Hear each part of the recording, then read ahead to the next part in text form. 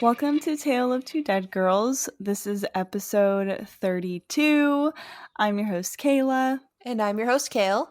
And today, Kayle has a story or case or whatever it is that she's sharing today.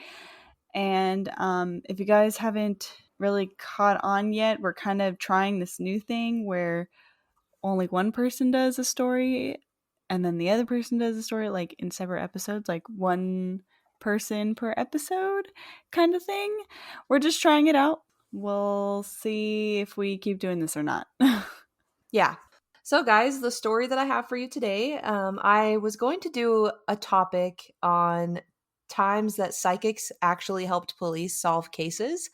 And I was looking for like 4 or 5 examples because I wanted it to be like a short story kind of thing.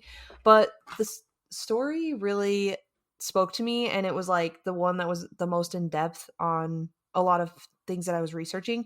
So I ended up just doing one story. But if you like this topic and you're interested in hearing more, let us know, and then maybe we can make another episode out of it. Ooh, that sounds so cool. I just randomly thought about it and I was like, dang, that's kind of cool. I wonder if there's like any cases that have actually been solved by psychics. I'm sure that there has been. I think I actually, years and years ago, I think I was probably in like, I don't know, elementary or junior high. There was a show that I was watching, and it was about that. It was about a medium who would help solve cases. Or I don't know if they solved the case, but they definitely helped.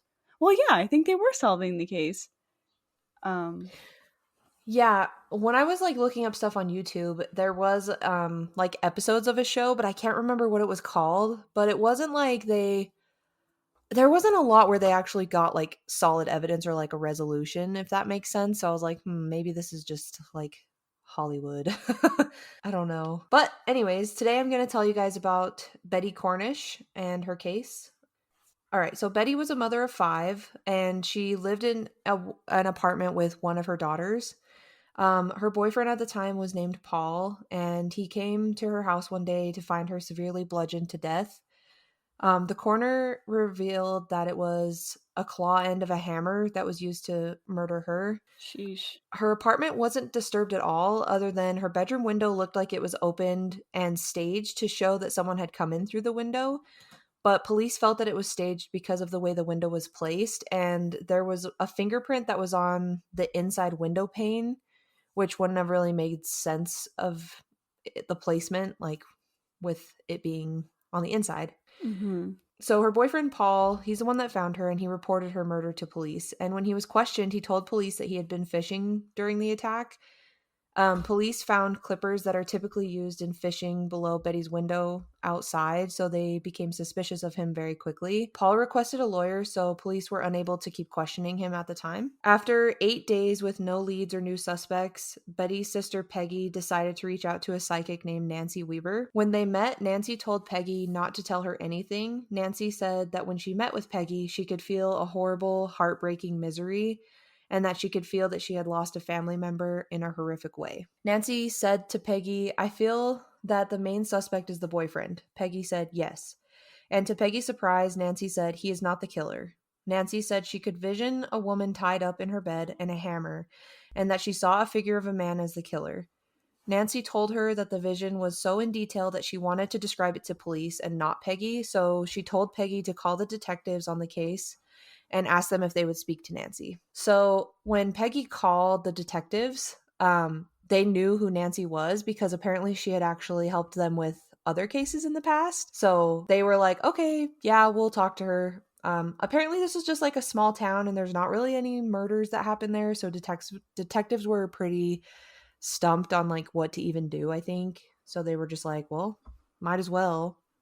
Well, I think it's good that they were trusting of her, because I feel like a lot of, well, I mean, I don't know, but I think that like people that are mediums, if they know anything about a case, they'll like tell someone or like tell the police, and the police will be like, all right, nutcase, like whatever, and like they don't Yeah. take them serious.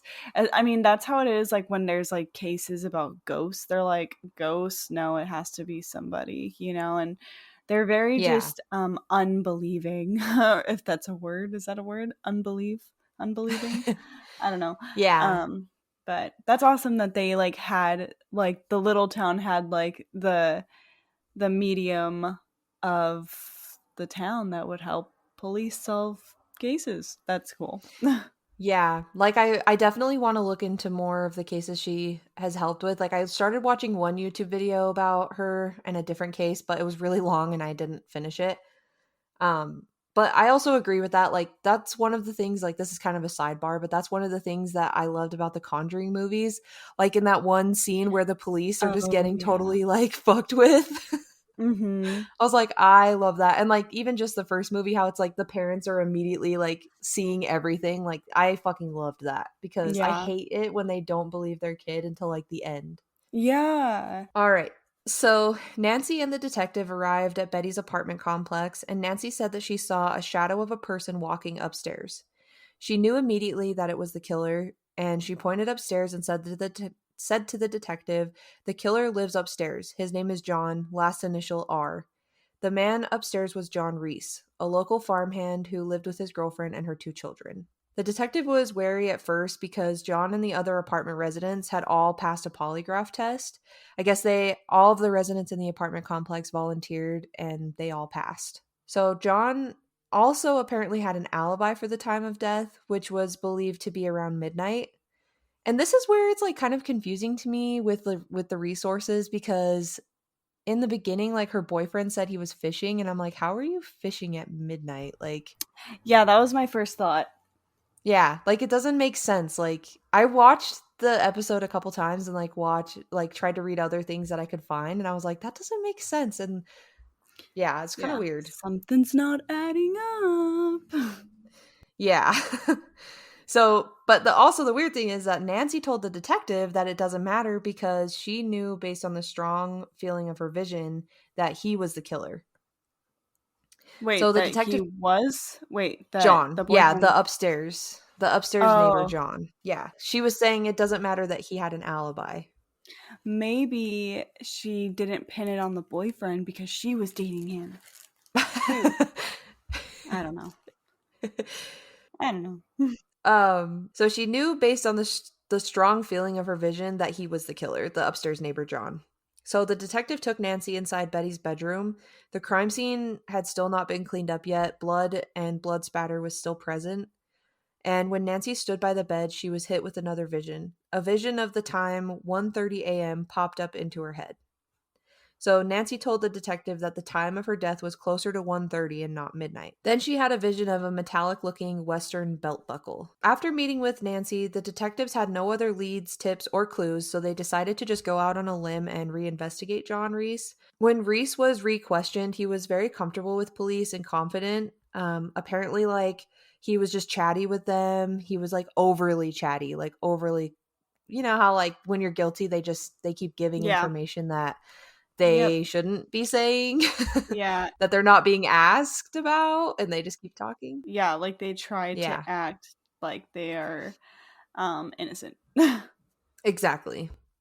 So 11 days after Betty's murder, the fingerprint on Betty's window came back as a match for John Reese. So when the police asked how his print would get there, he told police that he and Betty were just friends and that he used to help her unjam her window when it would get stuck. Hmm. Yeah, and, like, the problem with that is that Betty's window never got stuck. In fact, it had the opposite problem, and she had to leave 2 little wooden blocks underneath her windowsill because it wouldn't stay propped up. Like, her daughter said that, like, her window would fall open constantly, so she had to put, like, 2 little sticks underneath the window to keep it up. Wait, her window would fall open? Yeah, so it was, like, one of those ones that, like, opens from the top down, like, slides down. Uh huh. So, like, the top window pane would Oh. slide down. Oh. Oh. Oh. Oh. Oh. Yeah. Oh. Oh. Oh. Oh. Got it. Yeah. Got So it. she had to have, like, 2 little wooden blocks underneath her windows, like, to Yeah, keep it from falling open, that basically. makes sense. Yeah. So they were like, "That's a fucking lie," basically. Also, during the reinvestigation, the medical examiner revised Betty's autopsy and found that she had actually died much later, at a time when Reese had no alibi. So they actually came up with the time of death around 3 a.m. or around 3 to 3:30 a.m. And this is kind of another discrepancy that I ran into. In this documentary, Nancy was interviewed saying that she saw the time 1:30 in her head.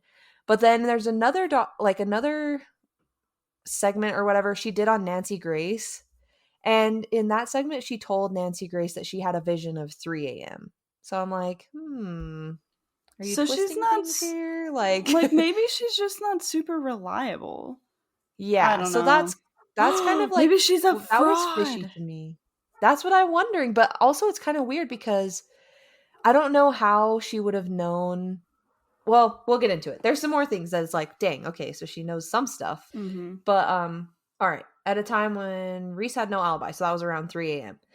The evidence was beginning to mount against Reese, but it was still fairly circumstantial, so the police still needed the murder weapon, and they decided to go back and consult with Nancy again. So Nancy said that she saw a muddy, messy swamp area, and she knew that's where the hammer would be. So she drew a map on a piece of paper, and it showed a road, woods, and water. She said she visioned Reese throwing it into the water, but she wasn't able to envision exactly where the water was. So at the same time, detectives were actually interrogating Reese to find cracks in his story. And Reese was able to give a detailed account of when he woke up, he made coffee, and got ready for work. But when police asked what he was doing during the time of the murder, he wasn't able to recall. And he basically just breezed right over it. So I don't know what he said exactly, but he was probably just like, oh, I was just sleeping. That's it. That's all I was doing, just Mhm. sleeping. Yeah. He was starting to add more and more small details into his statements that just didn't make sense. So police finally got fed up and said to him, John, we know you did it. You know you did it. So just tell us about it. An hour later, the detectives came out and said that John had confessed to the murder. During his confession, he said he hit Betty in the head with a hammer that was on the floor nearby, and when he was finished, he just went upstairs to his apartment, washed his hands, put the hammer in a garbage bag, drank a beer, and just went to bed. The next day, he said he took the hammer to the farm where he worked and he dumped it. When police searched the farm, they went to a wooded area and they found a pond and they found the hammer. So that's pretty crazy that she said it was going to be in like a watery, swampy area and then they found it in a pond. Like that's pretty, Yeah. you know. So 18 days after Betty's horrific murder, John Reese was arrested. Despite the confession, Reese did plead not guilty, but the jury didn't believe his story, and after a 5-week trial, Reese was found guilty on all 11 charges. He was sentenced to 110 years in prison, and he's eligible for parole when he's 72 years old. E. Yeah. That's pretty old, but Nancy remained adamant that her visions were correct even after the police said that he passed a polygraph test. She knew his name was John and his initials were JR. She knew that he wore a large western belt buckle, and she even directed police to the murder weapon. The detectives said that they wouldn't have reinvestigated John so seriously if it wasn't for Nancy. Wow. Okay, guys, so I know I said that in the beginning I only had one story for you guys, but because it was ended up being so short, I actually did write another story on a case that Nancy helped solve, the one that I had mentioned that I read before. So the second case that I found that Nancy Weber helped solve, it was on November 23rd, 1982. 18-year-old Amy Hoffman worked at a dress store at her local mall in Morris County, New Jersey. Amy was working to save money to become a chiropractor. Amy's coworker said that Amy helped her lock up the store around 9:30 p.m. and when Amy didn't return after her shift, her mother went to the mall to look for her. She saw Amy's car was the only one in the parking lot. Her door was open, the keys were in the ignition, and her book bag and wallet were on the seat. So Amy's mother immediately went to the police station and reported her missing. Police went to the mall parking lot with a canine tracker, and her scent went cold 2 parking stalls away from her car. Police searched her car and the parking lot, but they didn't find any evidence. A witness said that she saw a man in a green Chevy car nearby. A woman called Nancy Weber, who lived around 20 miles away in Mount Olive, and told her that her daughter's friend was missing and that she needed her help. Nancy said that she immediately started getting visions, and the vision that she got was a naked woman with multiple wounds all over her body and that she was laying in water. Oh She no. immediately told the woman, "I'm so sorry, I can't discuss this with you. You need to call the parents or the police involved." So, 2 weeks after Amy's disappearance, a couple on a secluded walk found Amy's body and they called police. She was laying in an abandoned water retention tank and she had suffered multiple stab wounds. Oh my god, that's Um, horrifying. yeah, that's just awful. Like I don't even know. It's so scary to think about. Like, imagine just taking a walk with, your significant other or whoever, and like you see a dead body. Like, oh my god, that must be so traumatizing. Yeah, I don't think I could ever recover if I actually saw a dead body in real life. Like if I found one like in the woods or something, I feel like I would literally never recover. Yeah, same. So, Nancy is friends with a local Mount Olive detective and I guess like he would just randomly drop in, have coffee with her. They were just friends. And she was talking to him about the case because she said she read it in the newspaper. And she asked him, "Why are they lying?" And he was like, "What do you mean?" And she's like, "Well, they're lying about so many things. They're saying she wasn't sexually assaulted. They're saying that she was found clothed, just like a bunch of weird things that were just discrepancies." And Mm-hmm. the detective wasn't one that was on the case because he's in a different jurisdiction. But when Nancy started describing things to him, he was like, "Man, maybe I should try to get her on the case or like get in touch with someone else that can um get in touch with another detective that can get her to help with the case." And Nancy said that she doesn't ever get involved herself. She always waits to be asked. She said she feels that in her line of work it's important for all parties involved, including the victim, to basically like ask her or allow her to help with the case, which I think is pretty cool. Yeah. Like she wants permission from like the people. She doesn't want to just intrude. Yeah. But anyway, so he decided to reach out to another senior detective that could help him get Nancy involved with helping in the case. So, 2 weeks after Amy's murder, a trucker parked 20 minutes away from Morris County Mall was woken up by a frantic woman screaming and banging on his window.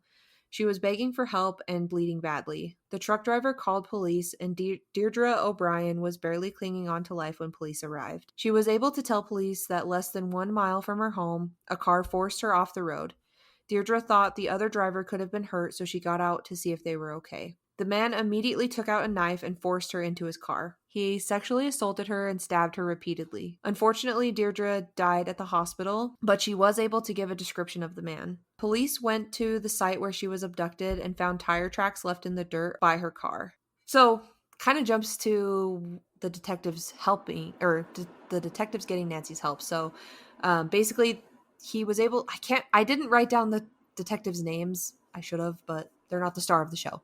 So, anyways, he found Yeah. a senior detective, and those two together decided to take Nancy on a ride along and take her to the scenes where Amy and Deirdre were left and where they were abducted. So they wanted to see if Nancy really could sense anything or get anything from those sites without telling her anything. So the first place that they took Nancy was to the reservoir where Amy was left. Nancy didn't know where they were going, but she said as they traveled down the road, she felt like she was coming to the end of a victim's life. She said she felt a negative energy and anxiety. Nancy could have went anywhere in the 12 acres, but she walked directly to the spot where Amy's body was left. Nancy said that she felt almost as if Amy was waiting there for her on the ground. She said she could hear Amy begging for her life. When they got back to the car, Nancy said that she was going over the visions in her head. She describes it being like an editor that is reviewing film footage. She visioned that the killer was of Polish descent, he was from Morristown, and he was jailed in Florida for murder but released on early parole. She said that she kept getting the name James, last name beginning with a K, but couldn't make it out. She would only hear ka ba ba ba itch. As these visions were coming in, she was telling the two detectives in the car. The detectives felt that what she was saying could be accurate, but at this point they didn't have any suspects. Nancy was adamant that he would keep killing if he wasn't caught. So then the detectives took Nancy to the rest stop where the second victim, Deirdre, approached the trucker. Nancy was able to describe the entire encounter there. She saw the truck and a woman running from a speeding car, bleeding. She said it was the same car from the first murder, the green Chevy. One of the detectives said Nancy was able to perfectly describe things that weren't released to the public yet. But he didn't elaborate on like what those specific things were. He just said that they couldn't believe that she knew the things that she did. Over the next few days, Nancy kept replaying the visions in her head. She said she saw James as about 5'10, slim, narrow face, thin nose, and dark eyes. She remembered the car and had a vision of James's brother. She said she could see him at a gas station, that she thinks that he worked at the gas station. She realized then that James was a local in Morristown. The detectives tried to get the Morristown prosecutor to listen to Nancy and work with her, but he refused.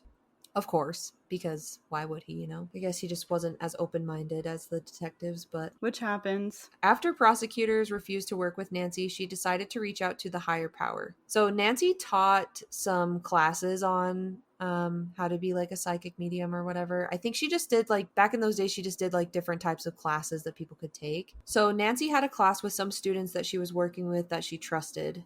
Nancy said they joined hands and, quote, went to the Godhead or to the apex, and asked that if it was in the spiritual path of all concerned to bring the pain and suffering James had caused back to him. Nancy said she held on to that thought the rest of the night, and she repeated a mantra, quote, "It is his time. Let him feel his own pain. He cannot give it out any longer. It is over. It is his time. Let him feel his own pain. He cannot give it out any longer. It is over." End quote. So overnight, a break in the case occurred. A man called 911 stating that he had been stabbed. The man that was on the phone was James Kadadich. He told police that he was driving when a man ran him off of the road and stabbed him in the lower back. Police, when they arrived at his house, noticed the green Chevy sitting in the driveway, and they knew it was similar to the car that the murder suspect. So detectives were suspicious of this, so they called forensics to the scene, and they told James they wanted to search his car for evidence of the man that stabbed him. So James agreed. The tires matched up perfectly to the tire tracks that were left at the scene of Deirdre's murder. So police arrested James, and they found fibers in the car that matched fibers to the victim's clothing, and fibers found on the victims that matched fibers in James's car. So it was like a cross reference, like the victim's clothing fibers were in his car, and his car fibers were on the victims also. So wow. When the two detectives working with Nancy heard about the arrest in James, they couldn't believe it. Everything that she told them was true. James had a brother who was a mechanic at a gas station. He lived in Morris County. He had lived in Florida for a short time, and he was in prison for murder. His last name was Kodadich, and Nancy predicted the K and the itch. Early the next morning, one of the detectives called Nancy and said to her, "What did you do?"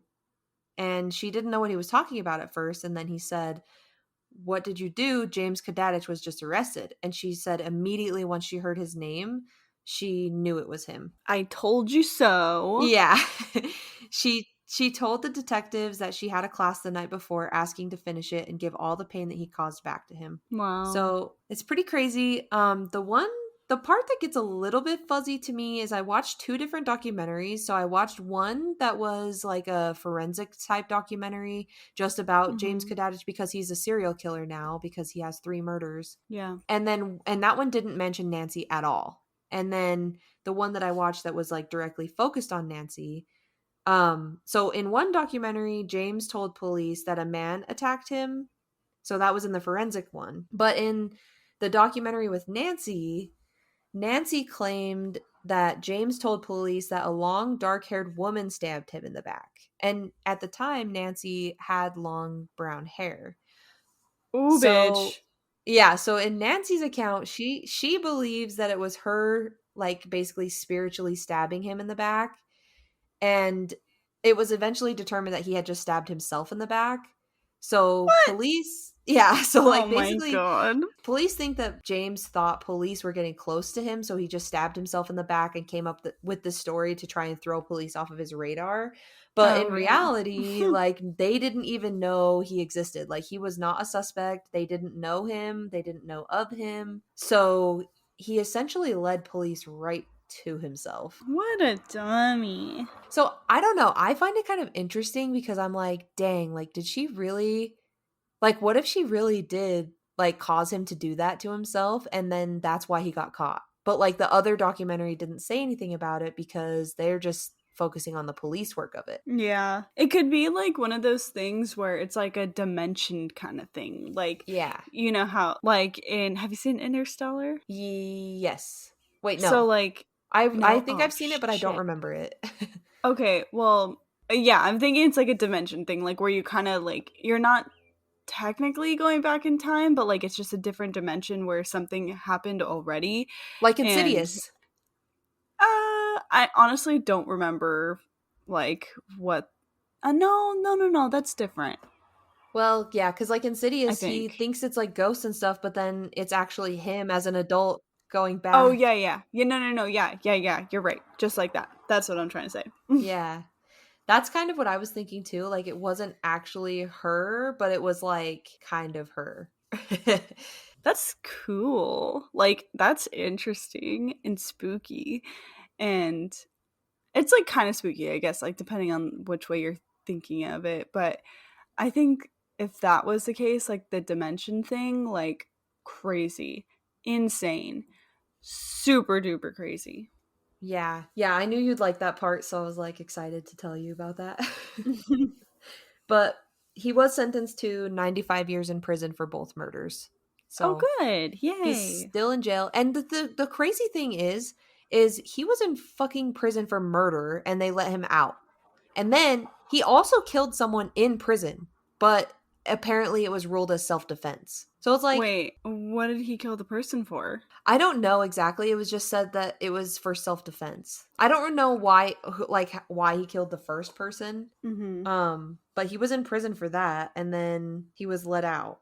And I'm like, "What?" Um, what year was that again? It was in 80 something. Oh, well, it says that he was active between 1971 and 1982. Well, if he got out during that first time, it was the first time, right? Yeah. If he got out, then I guess it kind of makes sense during that time. Like back then, I feel like I don't know, I guess depending on the murder or how much evidence there was, like they would let you out, which is fucking stupid. Like, why are you gonna let someone out after they took a life? Like, that makes no sense to me at all. I mean, Yeah. maybe, I mean, depending on the situation and depending on their mental state or whatever, like having parole or at least the possibility of parole, like way down the line, obviously, you know, I feel like that would even be better, just at least the possibility of parole. But like, that's just, again, depending on the situation, depending on the age that they were, and intentions and whatever, and how the family feels. Because, there's actually quite a few cases where the family of the victim forgives the murderer, the person that killed their family member, and then they Yeah. have a relationship with them and they love them and they try to Yeah. help them, and it's like, So weird to like, me. this is so weird. Yeah, like, oh, we forgive you and we love you and we can see that you're doing better, like stuff like that. I feel like, because if people, I do believe people can change, like, like if they had one incident and for whatever reason they did what they did, but like that's not, I don't know, it's really, really, really case by case kind of thing, like very situational. I feel like if I was murdered and my family forgave the murderer and they were like, "We love you," I would be fucking mad. I would come back and I would haunt all of them. I'd be like, "No, Yeah, I should be it's alive." so weird. Like, it's so weird that people do that. And I mean, I guess forgiving them is one thing, but like going off and having a relationship with them, like a Yeah, no. familial Like I can relationship, forgiveness like is usually for weird. you. So I can see that. Like forgiveness is for you, but like no, having a relationship with them crazy. Yeah, that's like some weird shit. Yeah. I did Google it and it says, well, this is just from Wikipedia, so don't hold a 100% accuracy to it. But it Yeah. says that in 1971, Kodadich was living in Dade County, Florida. On June 13th, Kodadich killed his roommate, 40-year-old Robert Anderson. He was quickly arrested and convicted of second-degree murder. He received a 15-year prison sentence and was sent to the Florida State Prison in Rayford.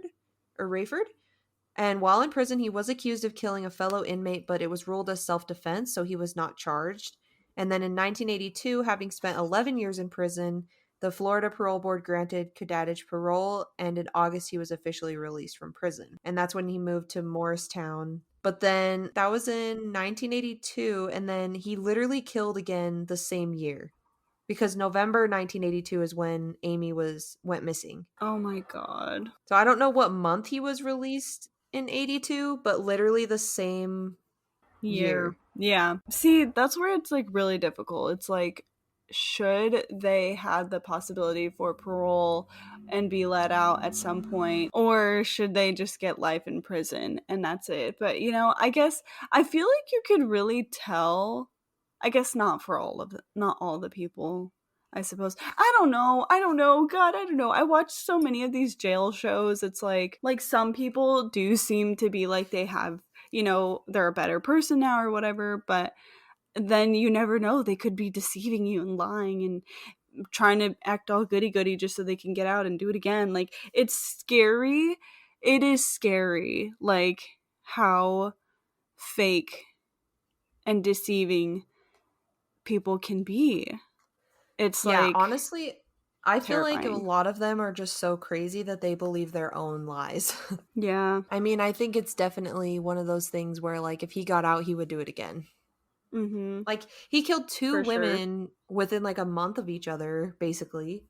After And getting out already for after murder. just getting out for murder. Yeah, so like I just feel like he would definitely do it again. And he like raped both of them. He stabbed both of them multiple Ugh. times. Like it was definitely like he knew what he was doing and he wanted to do it. Like it wasn't like I don't know. Like there's never any excuse for it, but you know what I mean? Like he was intentional with what he was doing. Do you think people would blame the judge or whoever, yeah, like the judge, for the murders? Like, I mean, obviously they wouldn't be convicted, but it's just like, because of you letting this guy out, these people are dead now, you know? Yeah. I don't know. I think so, but also like you said, like they're so good at convincing people that they've changed or whatever else. Like Yeah. you And never then they know. go they go and ruin it for like the more not innocent, but like the more better people that do change, because then they get life forever, and it's like they don't have that opportunity because of all the people that are fucking up and deceiving and go and kill or do the bad things again right when they get out. And it's so messed up. I wish there was like an easier way to like um I don't know, figure out people's intentions and who they are. And it's just, I just wish it was easier. I don't know. Yeah. No, I I get what don't you're know. saying. I think that for me it's when people are convicted really really young. Like Yeah. depending on the severity of the crime, I do feel like Mm-hmm. those people do deserve a second chance, but it Yeah. depends on like the severity really like and what Yeah. they did. Well, shout out to Nancy for helping with these cases. Woo. Yeah, you can still find her website and I think she still does like readings and teachings and stuff. I found a YouTube video of her like a year ago where she was just being like interviewed by another YouTuber and Oh, cool. yeah, I mean I'm pretty sure she still does like she still offers services, but I didn't get that far into it, so I'm sorry guys. But she does have a website if you Google her, so you can find out for yourself. All right, guys. That's all for today. Until next time, we'll We'll meet meet you you 6 6 feet feet under. under.